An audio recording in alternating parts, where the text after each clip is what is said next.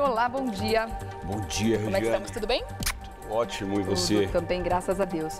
Bom, o primeiro tema de hoje, uma história extremamente triste. Parece que foi tirada de um filme de terror, na verdade, né? De um filme, sei lá... Na minha cabeça não é nem terror, é ficção científica, porque é como se o meu mundo não entrasse uma coisa tão escabrosa dessa, né? Que é justamente a morte dos integrantes ali da família Pesseguini e que está, infelizmente, se concluindo que realmente foi o menino, o Marcelo, de apenas 11 anos, que praticou todos esses crimes e depois se suicidou, né? Bom, os primeiros laudos saíram agora, no dia 7, os laudos de necrópsia. Foram divulgados no sábado, né? Foram divulgados no sábado. Esses exames são, na verdade, exames em cada um dos corpos que foram encontrados no local. Tá.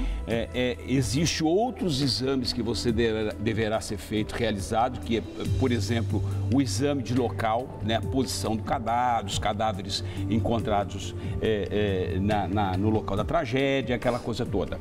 Agora, o que tem de interessante nesses laudos que foram feitos, que nós chamamos de necrópsia ou necropsia, primeiro é o horário provável da morte, tá, né? Ou seja, na madrugada de domingo para segunda-feira, né? É óbvio que nenhum exame consegue definir precisamente o horário da morte, porque se faz um exame chamado exame de vísceras e a partir desse exame de vísceras, então, chega ao horário provável, mas não necessariamente o horário efetivo da morte. Tá, mas foi a partir de 00:30, Foi né? a partir de 00:30, tá, isso.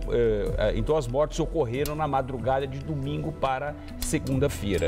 Isso já está definido. Agora, uma outra coisa, é uma quantidade imensa de informações, né, desses laudos. Obviamente, nós não temos tempo para poder falar sobre cada um deles. Entretanto, a imprensa noticiou que os exames toxicológicos, ou seja, exame de sangue que é feito para saber se a pessoa foi ou não, droga, né, tinha utilização de algum tipo de medicamento, três vítimas deram positivo, né, que foi justamente a mãe do garoto, do Marcelo, que tomava uma medicação até para dor na coluna, deu positivo em função do medicamento, e a avó e a tia-avó também deu positivo em função que elas tomavam medicamento dormir, né? Medicação para dormir. Tá. Então não é que o garoto foi lá e drogou. Não.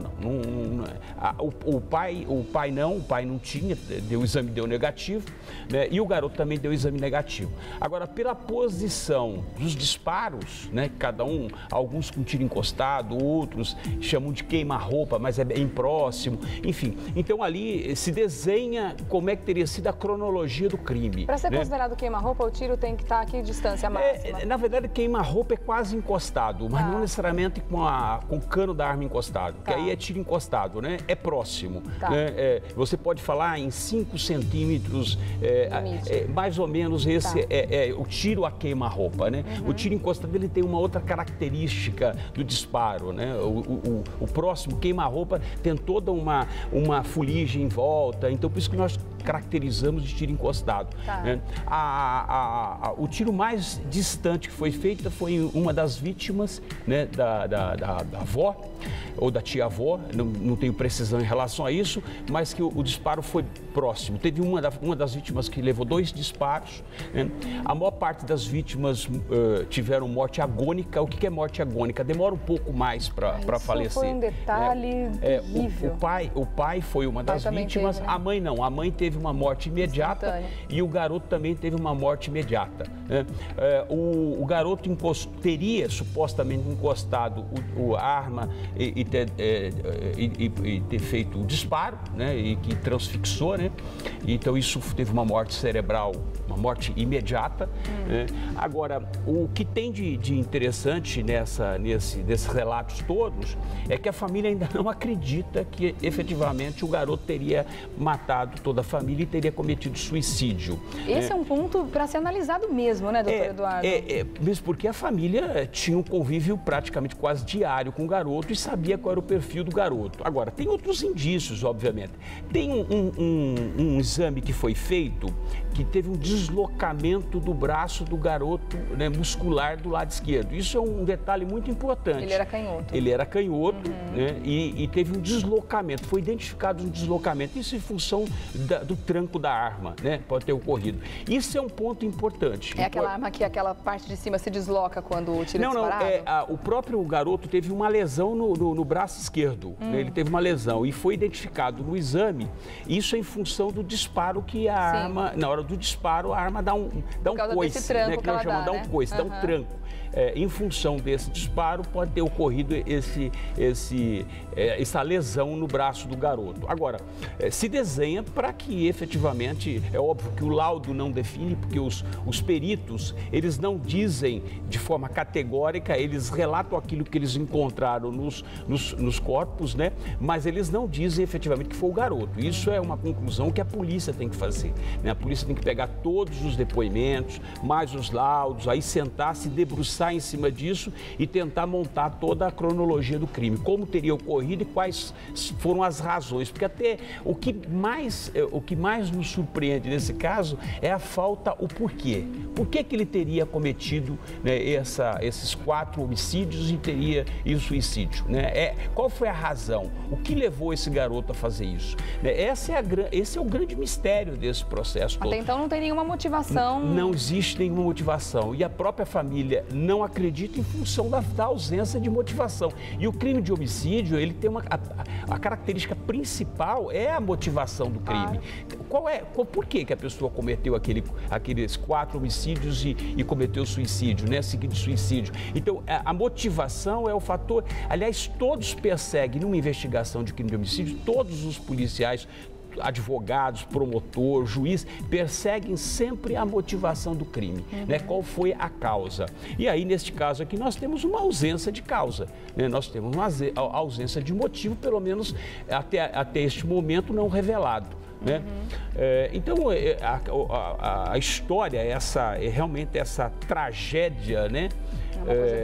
É algo que nos leva a uma reflexão, né? Então, e até ouvindo, né, os detalhes dos depoimentos dos amigos da escola, né, do Marcelo, a gente chega à conclusão de que era um menino que vivia num mundo meio de fantasia, dependendo da ocasião, né? Algumas meninas, inclusive, disseram que não gostavam do tipo de brincadeira que ele tinha com as meninas, de pegar régua e ficar brincando como se estivesse matando com uma faca. E isso justamente era um personagem de um videogame que ele gostava muito de jogar, que eu não me lembro o nome agora, mas é alguma coisa de justiceiro. Essas coisas terríveis que os meninos hoje estão brincando cada vez mais, estão tendo acesso, e eu sou categoricamente contra. Eu acho que isso é uma violência desmedida, desnecessária, que entra na vida da criança no momento em que ela não tem a menor noção de discernimento das coisas, de divisão do que é realidade, do que é fantasia. Então, tá aí um assunto muito importante para a gente levar à discussão, para que esses jogos eletrônicos sejam realmente controlados, não só pelos pais, mas por educadores, enfim. Você lembra que algumas semanas atrás nós falamos a respeito do mal, né? Ou seja, que você desencadeia o mal nas pessoas e que 10% das pessoas elas estão propensas só ao bem, mas 90%, dependendo do ambiente, ela pode estimular a maldade, né? Eu acho que essa questão dos jogos eletrônicos, é óbvio que a gente não vamos aqui generalizar, mas os jogos eletrônicos pode levar Pode ser o start na cabeça de alguém. Pode, na verdade, pode formatar, né, a personalidade e o caráter da pessoa a partir daquele momento, né? Agora, também tem que pegar com uma certa reserva esses depoimentos desses garotos, dos amigos, porque criança você sabe como é que faz, né? Criança, na verdade, ela pode ir para um terreno que é o terreno da ilusão, da imaginação. Assim como foi o próprio Marcelo, provavelmente, já que não existe uma causa para essas mortes, né? Isso pode acontecer. Então, eu acredito agora que no inquérito policial possa se dar uma conclusão de forma mais precisa e uma resposta que a sociedade quer, né? É muito interessante esse assunto dos jogos eletrônicos, e uma vez eu vi uma pesquisa, vou tentar dar uma resumida aqui nisso, porque é um dado para a gente realmente parar para pensar. Fizeram uma vez umas entrevistas com alguns meninos, colocaram vários meninos dentro de uma sala, metade da sala jogando jogos eletrônicos violentos, joguinhos com muita violência, matando, aquelas coisas que a gente já conhece, e metade estava jogando joguinhos esportivos, era futebol, se eu não me engano. Na sequência, um educador chamava essas crianças para ir conversando individualmente com cada uma delas e falando qual é o seu personagem preferido, enfim, perguntas X. Durante essa conversa, o educador jogava um copo que estava cheio de canetas, aqueles porta-canetas, jogava no chão. A esmagadora maioria dos meninos que estavam jogando esses jogos violentos nem prestaram atenção no copo que caiu com os lápis. Caiu, fez um barulho, nem tchum, não quis ajudar, não se prontificou. E agora, quase todos que estavam jogando os jogos eletrônicos de futebol, de esporte, na hora em que o copo caiu, já se agacharam para levantar, para pegar as canetas, para ajudar, para ser solícito. Então, a gente fica imaginando que isso realmente, principalmente naquele momento, causa uma certa perturbação. Se causa na gente, né? A gente vê aquelas imagens e fala, meu, o que é isso? É o estímulo, né? É o estímulo, né? Esses jogos... Eu achei esse dado fantástico. Eu achei um exemplo incrível e na prática de como isso funciona na cabeça da criança. Esses jogos, eles levam a pessoa à concentração absoluta, né? E aí você se isola do resto do mundo. Então, o objetivo do jogo é esse, né? Ou seja, levar a pessoa... O objetivo é matar. Levar a pessoa a uma concentração absoluta, né? Então, se você for pensar, se você for se reportar na história aí, algumas décadas atrás, os agentes, ou seja, os espiões eram levados a estresse absoluto e isso, os jogos levam a um estresse absoluto. Essa é a intenção e o objetivo do jogo. E o que é interessante também a gente analisar nesse caso, que no bolso do Marcelo foi encontrado um cartão bancário, né, de uma das vítimas, quer dizer, provavelmente ele estava pensando em fugir, né, e levar esse cartão para conseguir ter dinheiro para isso. Na sala foi achado um bilhete proveniente da escola com a data dos fatos, indicando que o menino esteve nas aulas, né? Provavelmente ele estava querendo um álibi, então não estou aqui dando o veredito final, mas leva a entender que foi mais ou menos por aí, quer dizer, é como se ele tivesse criado um personagem em cima disso, né? Aí criam, né? E criam. Criança cria personagem, agora ele pode levar para o mundo real e esse aí talvez tenha levado para o mundo real. Pode ser que tenha sido isso, né?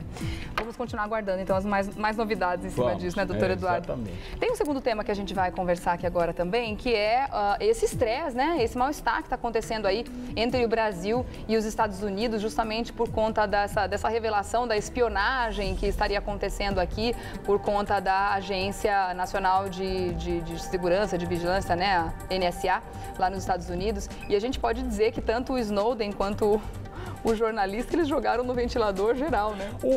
Na verdade, isso não é nenhuma novidade, né? A gente desconfia que acontecia, né? A questão da espionagem não é novidade. Isso já há muitas décadas, tanto a Rússia, né, a antiga União Soviética, os Estados Unidos, ou seja, na época da Guerra Fria, né, era muita espionagem que acontecia até para verificar a capacidade balística, ou seja, a capacidade o poderio de armamento que existia. Qual que é a novidade nesse caso? Na verdade, o que acontece hoje mudou um pouco a questão da espionagem. A espionagem, o objetivo da espionagem, muitas vezes, ela é comercial, né? É óbvio que os Estados Unidos, ele tem uma atenção absoluta em função da questão do terrorismo, que é algo que realmente preocupa muito, principalmente o mundo mudou. Depois do dia 11 de setembro de 2001, o mundo mudou completamente. Para os Estados Unidos mudou mais ainda. Então, o que acontece? Essa questão da revelação de todos esses documentos, eu não vejo nenhuma surpresa. O que eu vejo uma surpresa é que o Brasil não está preparado para poder se blindar em relação às espionagens. A culpa não são daqueles que fazem espionagem, a culpa é de quem, na verdade, não sabe se defender. Então, você tem a contra-espionagem e que aí se demonstra categoricamente de que a BIM, né, que é a agência de inteligência a nível Brasil, ela não está preparada para poder fazer a contra-espionagem, ou seja, fazer a blindagem das autoridades, né? Nós temos um ponto importante, que eu acho que é sensível, que é a questão do Brasil comprar os caças, né? Ou seja, europeus ou os americanos. Você tem a questão da Petrobras, que é uma empresa que é a terceira ou a quarta maior petrolífera do mundo, né? Ou seja, que tem um faturamento muito grande, que inclusive foi revelado essa semana aqui, alguns documentos que a Petrobras também teria sido monitorada, teria sido vigiada. É óbvio que toda e qualquer empresa de grande poder econômico, ela é vigiada. Né? E os dois países que estão em evidência a nível mundial, isso não tem jeito, o México e o Brasil. Né? Então, é óbvio que isso é uma tendência. O que eu vejo, e que isso a gente nós podemos até levantar, a própria Dilma já disse que vai levar para a ONU, porque esse mês aqui ela vai participar da Assembleia Geral da abertura da ONU, como tradicionalmente o Brasil faz, e vai levar um plano de governança para a ONU. A ONU tem que entrar nisso, é óbvio. Mesmo porque o Brasil vem pleiteando nesses últimos 10, 11 anos um assento no Conselho de Segurança. Porque quem trata dessa questão de espionagem na ONU também é o Conselho de Segurança. E o Conselho de Segurança é formado por quais países? Estados Unidos, né? França, Inglaterra, China e a Rússia. Né? São 5 países hoje que compõem o Conselho de Segurança da ONU. E a Dilma vai levar para a ONU para poder tratar. Isso nos reporta a questão da criação da Universidade Mundial de Segurança, com sede no Brasil. Se o Brasil quer, de fato, o assento no Conselho de Segurança, o caminho é esse, ou seja, é buscar a sede para poder discutir essa questão de segurança cibernética, porque que daqui para frente vai ser exatamente isso. Né? Nós não podemos esquecer que todas as empresas que detêm as informações, ou seja, que levam as informações, estão sediadas nos Estados Unidos, consequentemente, eles acabam sendo a sede das informações, o armazenamento das informações ou passam ou são armazenadas nos Estados Unidos. Consequentemente, você tem que, obviamente, criar condições de contra-espionagem para poder evitar que o Brasil que as autoridades brasileiras sejam espionadas. Né? Então, mas isso tem que partir, né? Já mostra uma fragilidade enorme do nosso país. Isso tem que partir necessariamente do Brasil. Né? O Brasil que tem que se defender dessa questão. É óbvio que por mais que o Obama possa, por mais que o governo americano possa se explicar, ou seja, o caos já aconteceu, já se instalou. Claro. O mal-estar diplomático já instalou. Aliás, então, falando nisso, você acha que ela não vai em outubro lá para os Estados Unidos? Eu acho que isso é uma questão doméstica que tem que ser resolvida. Né? Eu acho que o Brasil é bem maior do que essa questão, dessa relação diplomática entre o Brasil e os Estados Unidos, e certamente vão acertar e ela vai estar lá. E é um momento histórico, né? O último encontro que o presidente americano teve foi com o Fernando Henrique Cardoso, né? E agora sentar com a Dilma é de vital importância para o Brasil, né? Eu acho que esse é o momento. Eu acho que uma coisa não pode misturar com a outra, entendeu? Eles vão fazer piada em cima disso, quando se encontrar.